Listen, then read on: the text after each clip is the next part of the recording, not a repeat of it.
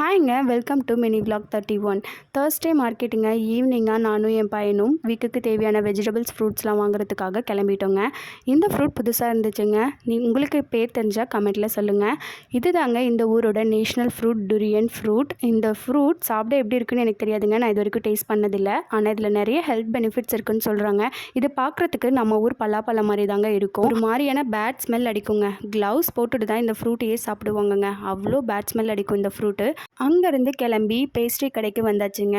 இங்கே நிறைய pastry varieties இருக்குங்க. அது இல்லாமல் கொரியன் பன், நிறைய ஃப்ளேவர்டு பன்னெல்லாம் இருக்குங்க.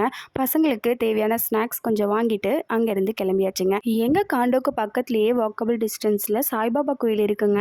தேர்ஸ்டே ஆனால் இங்கே ஸ்பெஷல் பூஜை, அப்புறம் பஜனை, சாய்பாபாவுடைய ஸ்டோரிஸ் எல்லாம் சொல்லி அழகாக எக்ஸ்பிளைன் பண்ணுவாங்க. அது கேட்க நல்லா இருக்குங்க. அதனால் எவ்ரி தேர்ஸ்டேலாம் போக முடியாது. எப்போயாவது எனக்கு டைம் கிடைக்கும் போது பசங்களை கூப்பிட்டுட்டு அங்கே போயிட்டு வருவோங்க. நான் இந்த கோயில் வந்து 2 மந்த் ஆயிடுச்சுங்க. நான் லாஸ்ட் டைம் வந்தப்போ இந்த புத்தர் சிலைலாம் இல்லை, இப்போ புதுசாக வச்சுருக்காங்க. நாங்கள் போகிறப்போ பஜனை நடந்துட்டு இருந்துச்சுங்க. நாங்கள் போய் அப்படியே மிங்கிள் ஆகிட்டோம். லாஸ்ட் வீக் சண்டே ஃபாதர்ஸ் டே இல்லையா, அதுக்கப்புறம் வர தேர்ஸ்டே இதுதான் ஃபஸ்ட்டு. ஃபாதர்ஸ் டே ஸ்பெஷலாக கேக் கட் பண்ணாங்கங்க. அங்கே செலிப்ரேஷனை முடிச்சுட்டு சாய்பாபாவை பார்த்து சாமி கும்பிட்டுட்டு ஆசீர்வாதத்தையும் வாங்கிட்டு இங்கே எவ்ரி தேர்ஸ்டே டின்னர் ப்ரொவைட் பண்ணுவாங்க. அதுவும் ஸ்பெஷல் டின்னராக தான் இருக்கும். வெரைட்டிஸும் அதிகமாக இருக்கும். அங்கேயே டின்னரை முடிச்சுட்டு இன்னையோட டேவை ஹாப்பியாக முடிச்சாச்சுங்க. பாய்.